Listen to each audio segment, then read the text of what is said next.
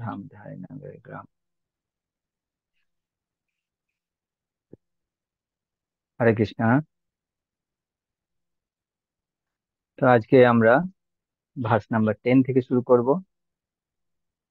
Chapter 6, verse 10। আমরা আগে verse number 9 পর্যন্ত, শ্লোক সংখ্যা 9 পর্যন্ত দেখেছি। How to advance in yoga and the yogarudha stage. তো সে ব্যাপারে আমরা দেখেছি এবং আমরা এখানে দেখবো যে further stage in the practice of yoga. তো এখানে অষ্টাঙ্গ যোগের ব্যাপারে মেনলি ভগবান বলছেন, আর the result yogarudha and ultimately the vision of super soul। সমস্ত জীবের হৃদয়ে যে পরমাত্মা রয়েছে, আমাদের নিজের হৃদয়ে পরমাত্মা রয়েছে, সেটা উপলব্ধি করাই যোগের লক্ষ্য। তো লেটস স্টার্ট ভার্স নাম্বার 10। যোগী যুঞ্জিত সততম আত্মানং রহসি স্থিতঃ একাকী যত চিত্তাত্মা নিরাশীর পরিগ্রহ। যোগারূঢ় ব্যক্তি সর্বদা পরব্রহ্মে সম্পর্কযুক্ত হয়ে তার দেহ, মন ও নিজেকে নিয়োজিত করবেন। তিনি একাকী নির্জন স্থানে বসবাস করবেন এবং সর্বদা সতর্কভাবে তার মনকে বশীভূত করবেন। তিনি বাসনামুক্ত ও পরিগ্রহ রহিত হবেন। তো যোগারূঢ় ব্যক্তি যিনি, তিনি কিভাবে তার যোগ সাধন করবেন, তো সে সম্পর্কে এখানে বলা হচ্ছে। তো সাধারণত তিনি তার মনকে নিয়োজিত করবেন। কিভাবে? না, পরব্রহ্মে সম্পর্কযুক্ত হয়ে তার দেহ, মন ও নিজেকে তিনি নিয়োজিত করবেন। তিনি একাকী নির্জন স্থানে বসবাস করবেন। তো যে জায়গাটা হচ্ছে যোগ সাধনার জন্য উপযুক্ত স্থান, সেই হিসাবে বিবেচনা করা হয়েছে। এবং সদা সর্বদা তিনি সতর্কভাবে তার মনকে বশীভূত করবেন। হ্যাঁ, এবং তিনি বাসনা মুক্ত হবেন ও পরিগ্রহ রহিত হবেন। তো এখানে প্রভুপাদ বলছেন যে পরম সত্য অর্থাৎ ভগবানকে উপলব্ধি করার তিনটে স্তর। একটা, যেটা আমরা জানি, ব্রহ্মেতি পরমাত্মেতি ভগবান ইতি শব্দতে। ভগবান, পরমাত্মা কিংবা ব্রহ্ম, কেউ ব্রহ্ম বলে উপাসনা করে, ব্রহ্মের আরাধনা করে, কেউ পরমাত্মার আরাধনা করে, কেউ ভগবান শ্রীকৃষ্ণের আরাধনা করছেন। ভক্তি সহকারে সর্বক্ষণ ভগবানের সেবা করা, এটা হচ্ছে ভক্তের লক্ষণ, যারা ভগবানের আরাধনা করেন। যারা পরমাত্মার আরাধনা করেন তারা যোগ সাধনার পন্থা অবলম্বন করেন, এবং যারা ব্রহ্মের আরাধনা করেন তারা ধ্যানের পন্থা অবলম্বন করেন। তো এখানে যারা নির্বিশেষ ব্রহ্মবাদী, জ্ঞানী এবং পরমাত্মার অন্বেষণকারী যোগীরা আংশিকভাবে কৃষ্ণ ভাবনাময়। কেন তারা পূর্ণরূপে ভগবানের সেবায় যুক্ত না। যারা ব্রহ্মের আরাধনা করছে বা পরমাত্মার আরাধনা করছে, তারা কৃষ্ণেরই আরাধনা করছে, কিন্তু পূর্ণরূপে না। তারা কৃষ্ণের সঙ্গে সেবার বিনিময় করতে পারছে না। এবং ভক্তি, এখানে ভগবানের সেবা ভক্তি সহকারে না করলে যোগী এবং জ্ঞানীরা পরোক্ষভাবে কৃষ্ণ ভাবনাময়। তাদের সেই চেতনা না থাকলেও তারা তার সুফল পাবে। তো ব্রহ্মের আরাধনাও স্বীকার করা হয়েছে, যে কেউ যদি ব্রহ্মের আরাধনা করছে, তো ঠিক আছে, কিন্তু পূর্ণরূপে সরাসরি ভাবে যিনি কৃষ্ণ ভক্তির সঙ্গে যুক্ত, কৃষ্ণের সেবায় যুক্ত, তিনি হচ্ছেন সর্বশ্রেষ্ঠ যোগী। কেননা তিনি পূর্ণরূপে ব্রহ্ম এবং পরমাত্মা সম্বন্ধে অবগত। অর্থাৎ ব্রহ্ম কি? ভগবানের দেহ নির্গত রশ্মিচ্ছটা, যেটাকে বলা হয়েছে নির্বিশেষ। তো কেউ সেটাই দেখতে পারে, শুধু ভগবানের শরীর থেকে যে জ্যোতি বেরোচ্ছে, সেই জ্যোতিটাকেই তারা সমস্ত কিছু মনে করে। তারা হচ্ছে ব্রহ্মবাদী, ব্রহ্মের উপাসক। তো সেকেন্ড প্যারা প্রভুপাদ বলছেন যে এই সমস্ত নির্দেশ দেওয়া হয়েছে যে তাদের নির্দিষ্ট কার্যকলাপে সর্বদাই নিয়োজিত হবার জন্য, যাতে তারা আগে পরে সর্বোত্তম সিদ্ধিতে পৌঁছাতে পারে। তো যোগীর প্রথম কর্তব্য হচ্ছে মনকে সদা সর্বদা ভগবান শ্রীকৃষ্ণে একাগ্র করা। তো যতক্ষণ না সে তার মনটাকে ভগবানের চরণে নিয়োজিত করছে, তো এটা হচ্ছে যোগীর প্রথম লক্ষণ, প্রাথমিক তার করণীয় হচ্ছে এটা। এবং যখন তিনি এটা চেষ্টা করা, এবং যখন তিনি ভগবান শ্রীকৃষ্ণকে তার মনকে একাগ্র করতে পারবেন, সেই স্তরকে এইভাবেই নিরন্তর ভগবানের চিন্তায় মনকে একাগ্র করার যে নাম, তিনি যখন মনকে কৃষ্ণের চরণে নিয়োজিত করতে পারবেন, সেই স্তরটা হচ্ছে সমাধি। নিরন্তর। তো সেই জন্য কি বলা হয়েছে না, একাগ্রতা লাভ করার জন্য নির্জনে বসবাস করার কথা এখানে বলা হয়েছে এই শ্লোকে। নির্জনে বসবাস করার সুবিধা একটা, যেটা হচ্ছে না কোনো বিষয় মানুষের সংস্পর্শে না আসা। কিন্তু অসুবিধা এটা যে সেখানে ভক্ত সঙ্গের সুবিধা না থাকার ফলে পতন হওয়ার সম্ভাবনা রয়েছে। যেহেতু সেখানে ভগবানের সেবা, ভগবানের ভক্তদের সঙ্গে ভাব বিনিময় এবং নিত্য কীর্তন, এই সমস্ত ব্যবস্থা না থাকার জন্য তো তার কাছে সেটা একঘেয়েমি লাগতে পারে।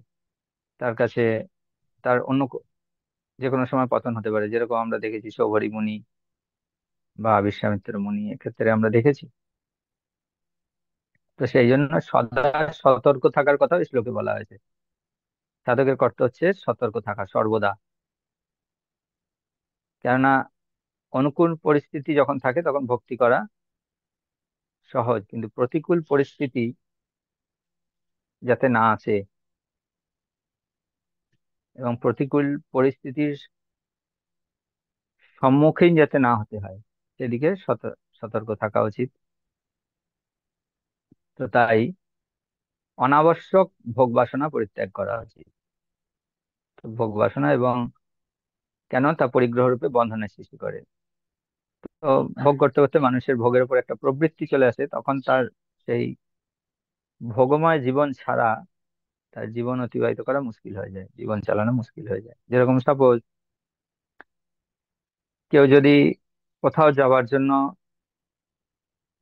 সে যদি এসি গাড়ি ইউজ করে, একটা হয়তো সে কার, এসি কার ইউজ করে, সবসময় এসি চালিয়ে সে কোথাও যায়, তাকে যদি কোনোদিন বলা হয় না আজকে সেই গাড়িটা পাওয়া যাবে না, গাড়ি খারাপ হয়ে গেছে, পাবলিক ভেহিকেলে যেতে হবে, তাহলে তার জন্য সেটা অসুবিধা। যেরকম কেউ হয়তো লাঞ্চ, যে সে লাঞ্চ নিচ্ছে, হয়তো সে 5-6 রকম পদ দিয়ে তার প্রত্যেক দিন লাঞ্চ তার পাওয়া অভ্যাস হয়ে রয়েছে। কোনোদিন হয়তো কোনো কারণে কাজে গিয়ে সে ফেঁসে গেল, তার হয়তো কোনো রকম ভাবে তাকে আহার করে দিনটা কাটাতে হলো, তাহলে তার অসুবিধার সম্মুখীন হতে হবে। তো সেই জন্য বলা হয়েছে যে লিভ সিম্পল, না অতি সাধারণ জীবন, অনাবশ্যক ভোগ বাসনা আমাদের পরিত্যাগ করা উচিত। তিনি যোগী যুঞ্জিত, তিনি সমাধিযুক্ত হবেন। কিভাবে হবেন না, আত্মনাম রহস্যি স্থিত,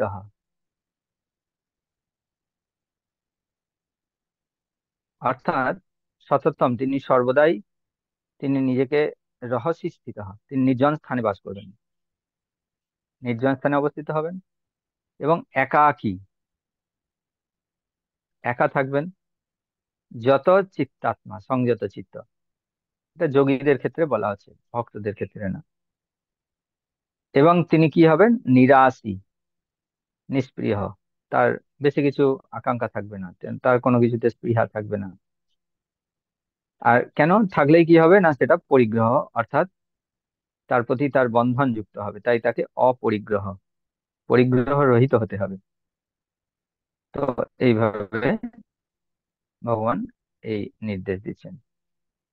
তো এখানে ভক্তিরতা রসামিত সিন্ধুর অনাসক্ত, বিষয়ের প্রতি আসক্তি শূন্য হয়ে এবং শ্রীকৃষ্ণ সম্বন্ধে নির্বন্ধ করে ভগবানের সেবার অনুকূল বিষয়টুকু গ্রহণ করাকেই বলা হয় যুক্ত বৈরাগ্য। পক্ষান্তরে শ্রীকৃষ্ণের সঙ্গে জীবের সম্পর্কের কথা না জেনে যেসব কিছু পরিত্যাগ করে তার বৈরাগ্যপূর্ণ নয়। তো আমরা আগে দেখেছি, আগের চ্যাপ্টার গুলোতে, ফল্গু বৈরাগ্য, যুক্ত বৈরাগ্য। তো যুক্ত বৈরাগ্য হচ্ছে যা কিছু কৃষ্ণ সম্বন্ধীয় যুক্ত, তাই হচ্ছে আমাদের জন্য সেটা গ্রহণীয়, অ্যাকসেপ্টেবল। এবং ভগ একজন ভক্ত তিনি জানেন যে এই সমস্ত কিছুই ভগবানের সম্পত্তি, তাই ভগবানের সম্পত্তি দিয়ে ভগবানের সেবায় নিয়োগ করাটাই হচ্ছে যথার্থ বুদ্ধিমানের কাজ। কেন তিনি কোনো কিছু নিজের বলে দাবি না করে তিনি জানেন যে সমস্ত কিছু ভগবানের, তিনি সেটা সমস্ত কিছু ইউটিলাইজ করেন ভগবানের সেবাতে। কিন্তু যদি এই জ্ঞানটা যদি না থাকে যে এটা ভগবানের সম্পত্তি, ভগবানের সেবাতে লাগাতে হবে, আমরা যদি এইভাবে দেখি না, এই জড়জগৎ হচ্ছে মাইক, মাইক হলেও এটা ভগবানেরই মায়া শক্তি, তো সেভাবে আমরা ত্যাগ করে দিতে পারি না সমস্ত কিছুকে। আমরা সমস্ত কিছু প্রপার ইউটিলাইজ। এখন যদি কেউ বলে যে সমস্ত এই জড়জগৎটা হচ্ছে মাইক, মায়ার দ্বারা গঠিত, তো আমরা তাহলে কখনোই এই জড়জগতের যে সুবিধাগুলো রয়েছে, মায়ার দ্বারা সৃষ্ট যে সুবিধা, আমরা সেই সুবিধাগুলো তাহলে সেগুলোকেও ত্যাগ করতে হবে। সাপোজ তো কেউ বলে জগৎ মিথ্যা, কেউ বলে এই জড়জগৎটা মায়া। তো জড়জগৎটা মায়া, তা বলে আমরা এটাকে পরিত্যাগ করতে পারি না। কেননা এর মধ্যে যে সুবিধাগুলো রয়েছে, সাপোজ আমরা হয়তো এক জায়গা থেকে অন্য জায়গা যাব, ট্রেনে চেপে যাব, আমরা এক জায়গা থেকে অন্য এক জায়গা মানুষের সঙ্গে কথা বলবো, মোবাইলের মাধ্যমে কথা বলবো। আমরা এইভাবে এখন ক্লাস করছি, জুম টেকনোলজির মাধ্যমে ক্লাস করছি, এগুলো এই মাইক সৃষ্টি, জগতের মায়াময় সৃষ্টি এগুলো। তো তাহলে আমরা যদি জগৎটা মায়া বলে সমস্ত কিছু ত্যাগ করে দিই, তাহলে আমরা এইগুলো কোনো কিছু ইউজ করব না আমরা। কিন্তু যদি আমরা এই সমস্ত কিছু ইউজ করছি কি জন্য না, কৃষ্ণ সেবার জন্য। ট্রেনে বাসে করে যাওয়া হচ্ছে ভগবানের সেবার জন্য, জুম কে ইউজ করছি ভগবানের নাম প্রচারের জন্য, মোবাইলকে ইউজ করছি ভক্তদের সঙ্গে কানেক্ট থাকার জন্য, সেবার জন্য। তো এইভাবে সমস্ত কিছু, এটাকেই বলা হচ্ছে যুক্ত বৈরাগ্য। কিন্তু যদি কৃষ্ণের সঙ্গে এই জগতে আমাদের জীবের যে সম্পর্ক কৃষ্ণ, তাহলে সেটা যদি না জানি এবং সমস্ত কিছু ত্যাগ করছি, আমি জুম অ্যাপস ইউজ করব না, আমি মোবাইল ইউজ করব না, আমি ট্রেন বাস কোথাও যাব না, হ্যাঁ, তাহলে কি হলো না, এটাকে বলা হচ্ছে ফল্গু বৈরাগ্য। আমি সমস্ত কিছু ত্যাগ করলাম, আমি সেটাকে ভগবানের সেবায় লাগালাম। তো আমাদেরকে জানতে হবে শ্রীকৃষ্ণের সেবার অনুকূল কোনটি গ্রহণ করা উচিত এবং কোনটি পরিত্যাগ করা উচিত। বিষয় ভোগের প্রতি তিনি সর্বদাই উদাসীন, কারণ তিনি সর্বদাই অপ্রাকৃত স্তরে অধিষ্ঠিত। তো এটা এখানে বলা আছে। Next verse 11 and 12। তো এই সেকশনটা অনেক বড়, আজকে কমপ্লিট হবে না, আপ টু 32 নম্বর ভার্স পর্যন্ত রয়েছে। শুচৌ দেশে প্রতিষ্ঠাপ্য স্থিরম আসনমাত্মনা, নাত্যুশ্রিতং নাতি নীচং শৈলাজিনা পুষ্টোত্তরম, তত্রৈকাগ্রং মনঃ কৃত্বা যত চিত্তেন্দ্রিয় ক্রিয়ঃ, উপবিশ্যাসনে যুঞ্জাত যোগমাত্মা বিশুদ্ধয়ে। যোগ অভ্যাসের নিয়ম এই যে কুশাসনের উপর মৃগচর্মের আসন, তার উপরে বস্ত্রাসন রেখে অত্যন্ত উচ্চ বা অত্যন্ত নিচ না করে সেই আসন পবিত্র স্থানে স্থাপন করে তাতে আসীন হবেন। সেখানে উপবিষ্ট হয়ে চিত্ত, ইন্দ্রিয় ও ক্রিয়াকে নিয়ন্ত্রিত করে চিত্ত শুদ্ধির জন্য মনকে একাগ্র করে যোগ অভ্যাস করবেন।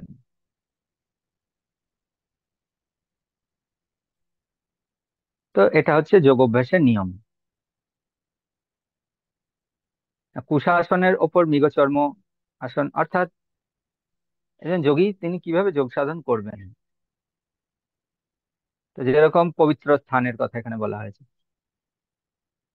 সে আসন পবিত্র স্থানে তিনি স্থাপন করবেন। পবিত্র স্থান বলতে এখানে তীর্থস্থান,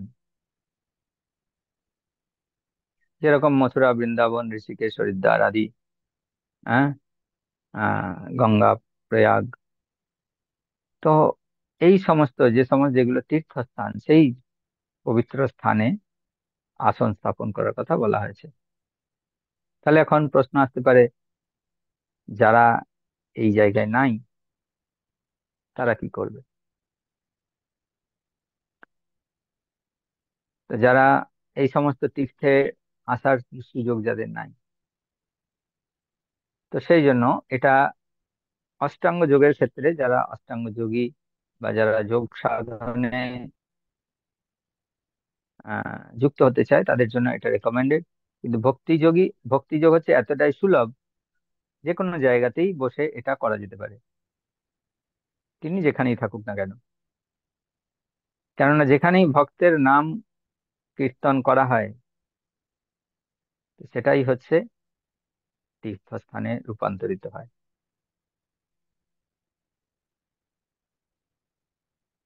তো এখানে প্রভুপাদ বলছেন, আধুনিক যুগের অধিকাংশ মানুষের পক্ষে এই ধরনের সাধনা করা সম্ভব নয়। কেননা আজকাল বড় বড় শহরে তথাকথিত যোগ অনুশীলন করা, তার জন্য যোগ অনুশীলনের স্কুল বা যৌগিক সংস্থা গড়ে উঠেছে। এই সমস্ত সংস্থাগুলি টাকা উপার্জনের একটি ভালো ব্যবসা হতে পারে, কিন্তু যথার্থ যোগ সাধনার জন্য এগুলি সম্পূর্ণ অনুপযুক্ত। তাই উদ্বিগ্ন চিত্ত অসংযমী মানুষ কখনোই ধ্যান করতে পারে না। তো পুরাণের মধ্যে বলা হচ্ছে, যেহেতু কলিযুগের মানুষ হচ্ছে মন্দ সুমন্দ মতয়া মন্দ ভাগ্যই উপাদৃত, রোগ ব্যাধির দ্বারা তারা সবসময় উপাদৃত, সবসময় আহ কষ্টে জর্জরিত থাকে,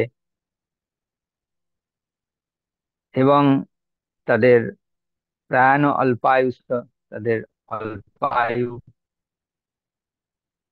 হ্যাঁ, এবং তারা পরমার্থ সাধনে অপটু, সর্বদাই নানা রকম উপদ্রবের দ্বারা উৎকণ্ঠিত। আজ ডেঙ্গু, কাল ম্যালেরিয়া, পরশু টাইফয়েড, করোনা, বা কোন রকম আদি ভৌতিক, আদি দৈবিক, আদি আত্মিক ক্লেশের দ্বারা জর্জরিত। তো তাই পরমার্থ সাধনের শ্রেষ্ঠ পন্থা হচ্ছে হরের নাম, হরের নাম, হরের নাম হইব কেবলম, কলো নাস্তেব্য নাস্তেব্য নাস্তেব্য গতিরনন্ত। কেন কলিযুগের জন্য আর অন্য কোনো 3বার বলা হয়েছে নাস্তেব্য নাস্তেব্য নাস্তেব্য গতিরত অন্যথা। তো বৃহৎ নারদীয় পুরাণে এটা বর্ণনা করা হচ্ছে, অর্থাৎ কলিযুগের জন্য আমাদের কি উপায়। সমঙ্কায় শিরগ্রীবং ধারয়ন অচলং স্থিরः সংপ্রেক্ষ্য নাসিকাগ্রং সংদিশশ্চানবলোকয়ন প্রশান্তাত্মা বিগতভির্ব্রহ্মচারী ব্রতে স্থিত মনঃ সংযমমচ্চিত্তো যুক্ত আসিত মৎপরঃ। শরীর, মস্তক এবং গ্রীবাকে সমানভাবে রেখে অন্যদিকে দৃষ্টি নিক্ষেপ না করে নাসিকার অগ্রভাগে দৃষ্টি নিবদ্ধ করে প্রশান্ত আত্মা ভয়শূন্য ব্রহ্মচর্যে ব্রতে স্থিত হয়ে পুরুষ মনকে সমস্ত জড় বিষয় থেকে প্রত্যাহার করে আমাকে জীবনের চরম লক্ষ্য রূপে স্থির করে হৃদয়ে আমার ধ্যানপূর্বক যোগ অভ্যাস করবেন। তো এখানে কি বলা হচ্ছে না, বলা হচ্ছে যে শরীর, মস্তক এবং গ্রীবা সমানভাবে রেখে, একদম এরকম ভাবে।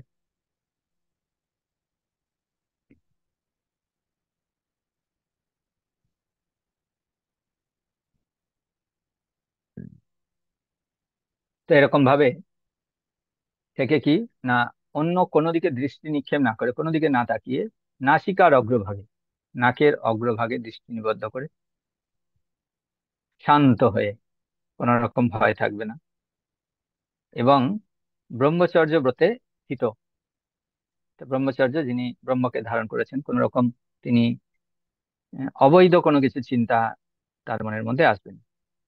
এইভাবে পুরুষ মনকে সমস্ত যত কিছু আমাদের ইন্দ্রিয় বিষয়গুলো রয়েছে, রূপ রস শব্দ স্পর্শ গন্ধ, সমস্ত কিছু থেকে প্রত্যাহার করে জীবনের চরম লক্ষ্য রূপে কাকে না, ভগবান যিনি পরমাত্মা রূপে আমাদের হৃদয়ে রয়েছেন, তার প্রতি মনকে স্থির করতে হবে।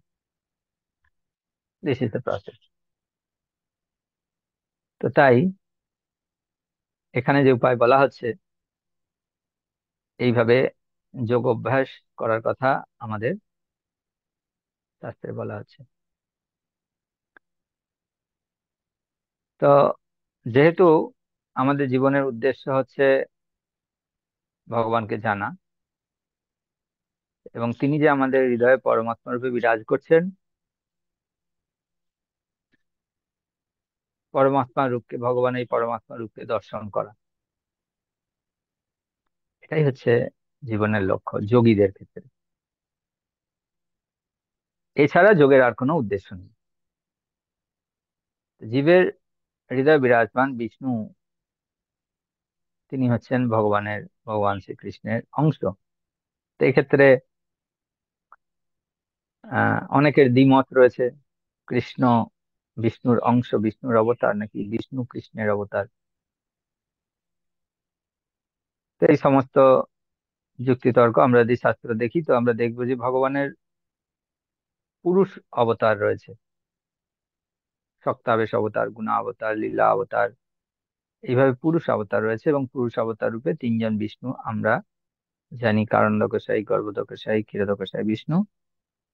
অর্থাৎ তারা সবাই আসছেন বলরামের যে এক্সপেনশন, তার থেকে। বলরাম হচ্ছেন কৃষ্ণের এক্সপেনশন।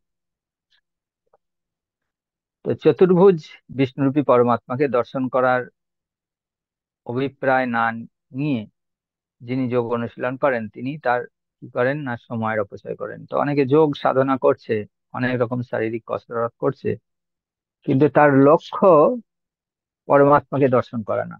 তার যদি লক্ষ্য কি, আমাকে স্থির করতে হবে।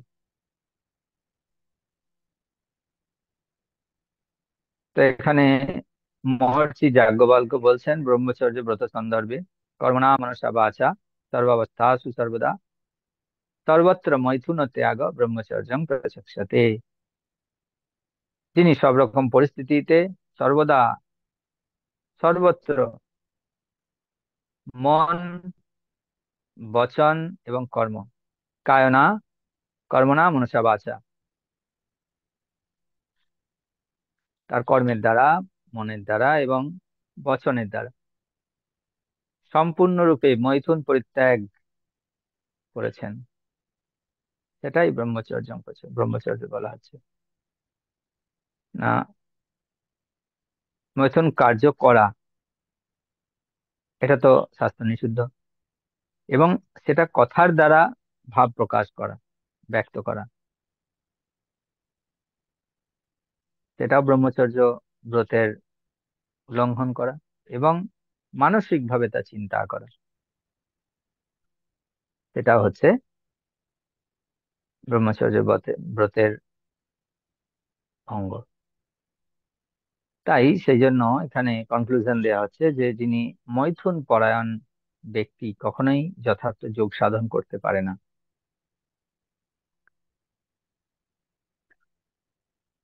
তো অ্যাকচুয়ালি মৈথুন সুখ, সেটা পশু জীবনের মধ্যেও আমরা দেখতে পাই।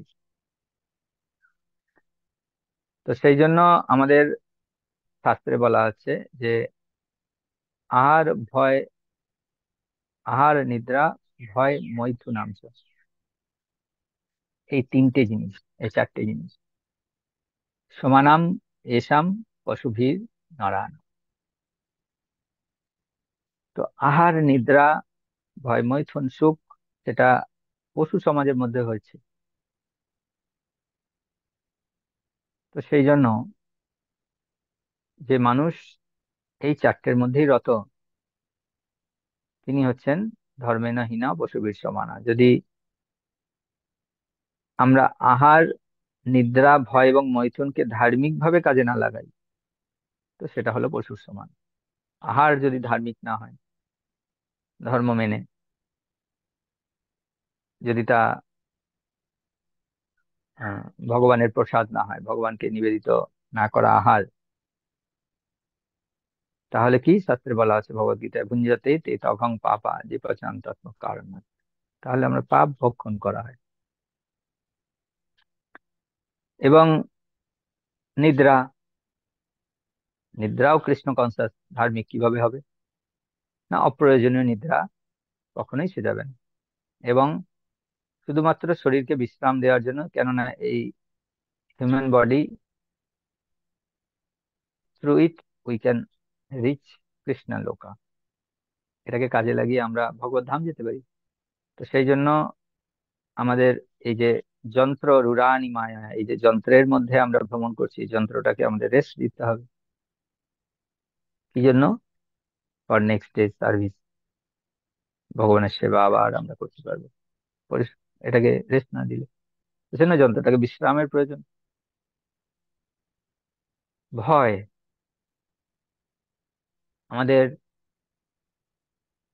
ধার্মিক ভয় কি, অধার্মিক ভয় কি? অধার্মিক ভয় মৃত্যু ভয়। সবাই ভয়ে ভয়ভীত। কেউ ভূত প্রেতকে ভয় খায়, কেউ প্রশাসনকে ভয় খায়, কেউ কোনো মানুষকে ভয় খায়। এনি হাও, কোনো না কোনো ভাবে কেউ মৃত্যুকে ভয় পায়, ভয়ভীত।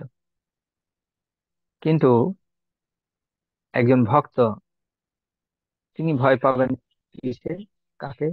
না, তিনি ভয় পাবেন অপরাধকে, কোনোভাবে অপরাধ যাতে না হবে। এটা ধার্মিক ভয়। আমার থেকে যেন কোনো অপরাধ না হয়ে যায়, আমার থেকে যেন কোনো পাপ না হয়।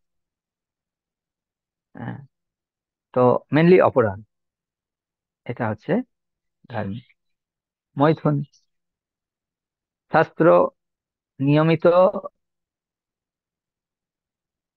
যে মৈথুন, শাস্ত্র নির্দেশিত সন্তান প্রসবের জন্য, তা ধার্মিক। তো এইভাবে যখন আমরা প্র্যাকটিক্যালি আমরা বুঝতে পারি যে সমস্ত কিছুই হচ্ছে কৃষ্ণ সেবার জন্য, তো তখন অটোমেটিকলি সমস্ত কিছু, আমাদের ইন্দ্রিয়গুলো কন্ট্রোলড হয়ে যায়।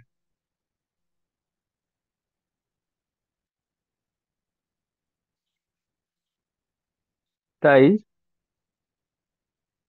পরমার্থ সাধনের পথে আর সকলকে জোর করে ইন্দ্রিয় সংযম করতে হলেও পরম তত্ত্বের সৌন্দর্য দর্শন করে তার প্রতি আকৃষ্ট হওয়ার ফলে ভক্তের অভ্যন্তরীণ বিষয়াসক্তি আপনা থেকেই নিবৃত্তি হয়ে যায়। ভক্ত ছাড়া আর কেউই অপ্রাকৃত আনন্দের স্বাদ পায় না। তো ভগবানের যে অপরিসীম, ভগবানের সেবা, ভগবানের প্রসাদ পাওয়া বা এই সমস্ত কিছু।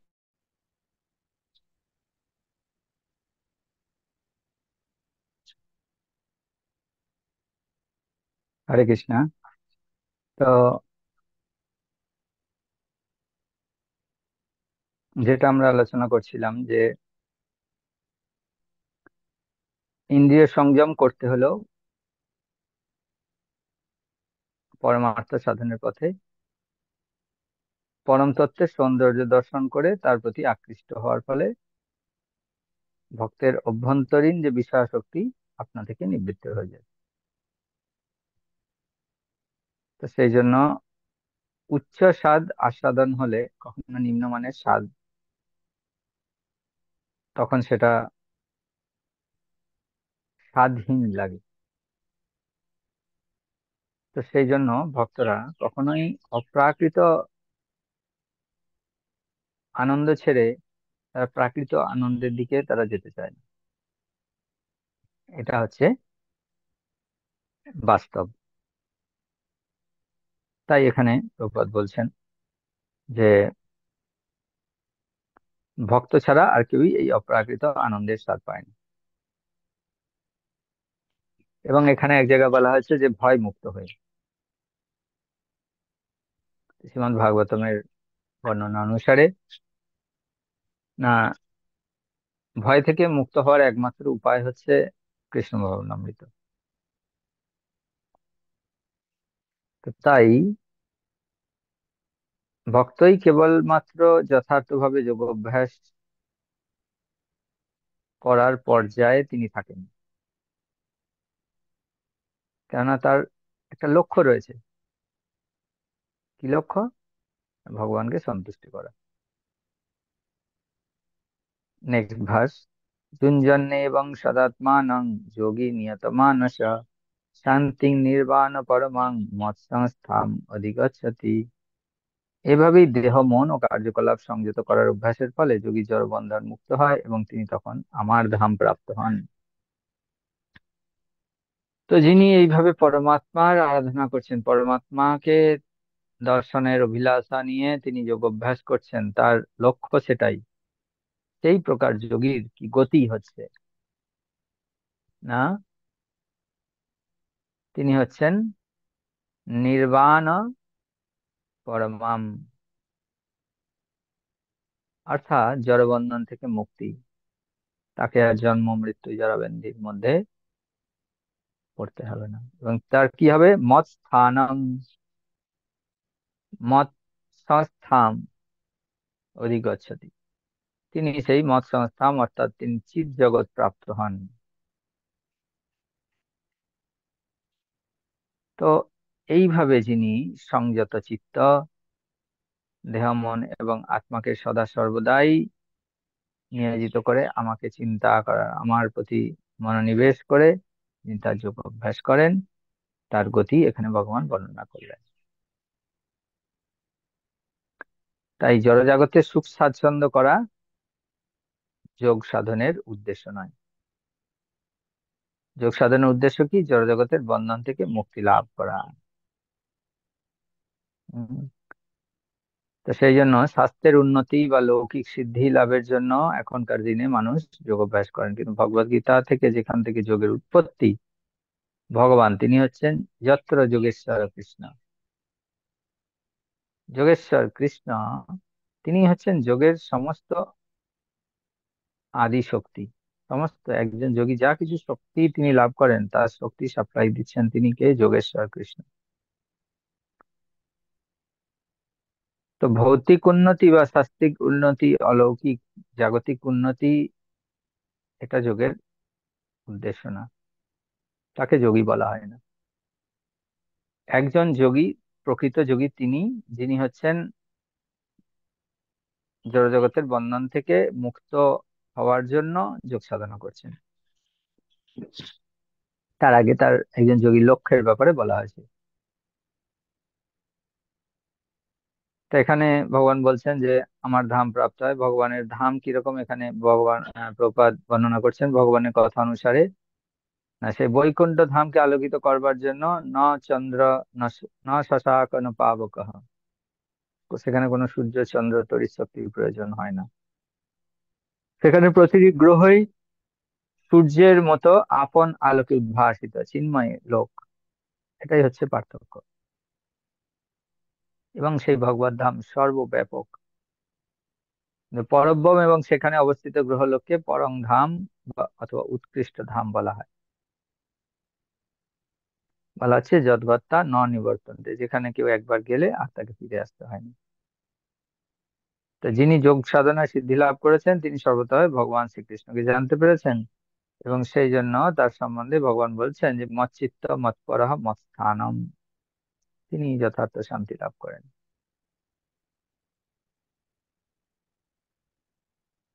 তো ব্রহ্ম সংহিতা অনুসারে ভগবানের ধাম কিরকম সেটা বলা আছে, গোলক ইব নিবসত্ব অখিলাত্মভূত।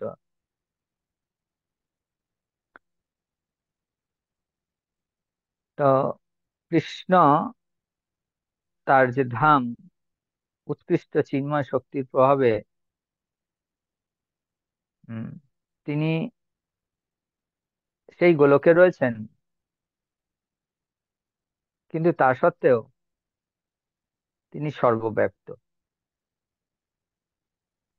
সমস্ত জীবের মধ্যে পরমাত্মা রূপে রয়েছেন, সর্বব্যাপ্ত ব্রহ্মরূপে রয়েছেন। এবং তিনি তার বিভিন্ন অবতারের মাধ্যমে বিভিন্ন লোকে তিনি লীলাবিলাস করছেন। তো তাই তিনি হচ্ছেন পূর্ণ, সেজন্য বলা আছে ঈশ্বরের সাথে আহ পূর্ণাৎ পূর্ণস্য মাদায় পূর্ণম এবাবশিষ্যতে। হুম। তো ভগবান হচ্ছেন একমাত্র পূর্ণ, তার থেকে তিনি সম্পূর্ণ। তাই পূর্ণরূপে কৃষ্ণ ভাবনাময় হয়ে যিনি ভগবানের সেবা করছেন তিনি হচ্ছেন প্রকৃত যোগী। এবং শ্বেতাশ্বতর উপনিষদ প্রপাত এখানে কোট করছেন, তিনি বলছেন যে পরমেশ্বর ভগবান শ্রীকৃষ্ণকে জানতে পারার ফলেই জন্ম ও মৃত্যুর হাত থেকে উদ্ধার পাওয়া যায়। তাই এই শ্লোকে বলছেন যে যোগের কি উদ্দেশ্য, জড়জগতের বন্ধন থেকে মুক্ত হওয়া। এবং এখানে শ্বেতাশ্বতর উপনিষদেও এটাকে সাপোর্ট করে বলা হচ্ছে যে কৃষ্ণকে জানার ফলেই একমাত্র জন্ম মৃত্যু জরাব্যাধির হাত থেকে মুক্তি লাভ সম্ভব। তো আমরা এই 15 নম্বর শ্লোক পর্যন্ত এখানে রাখছি। পরের দিন ভার্স নাম্বার 16 থেকে শুরু করব।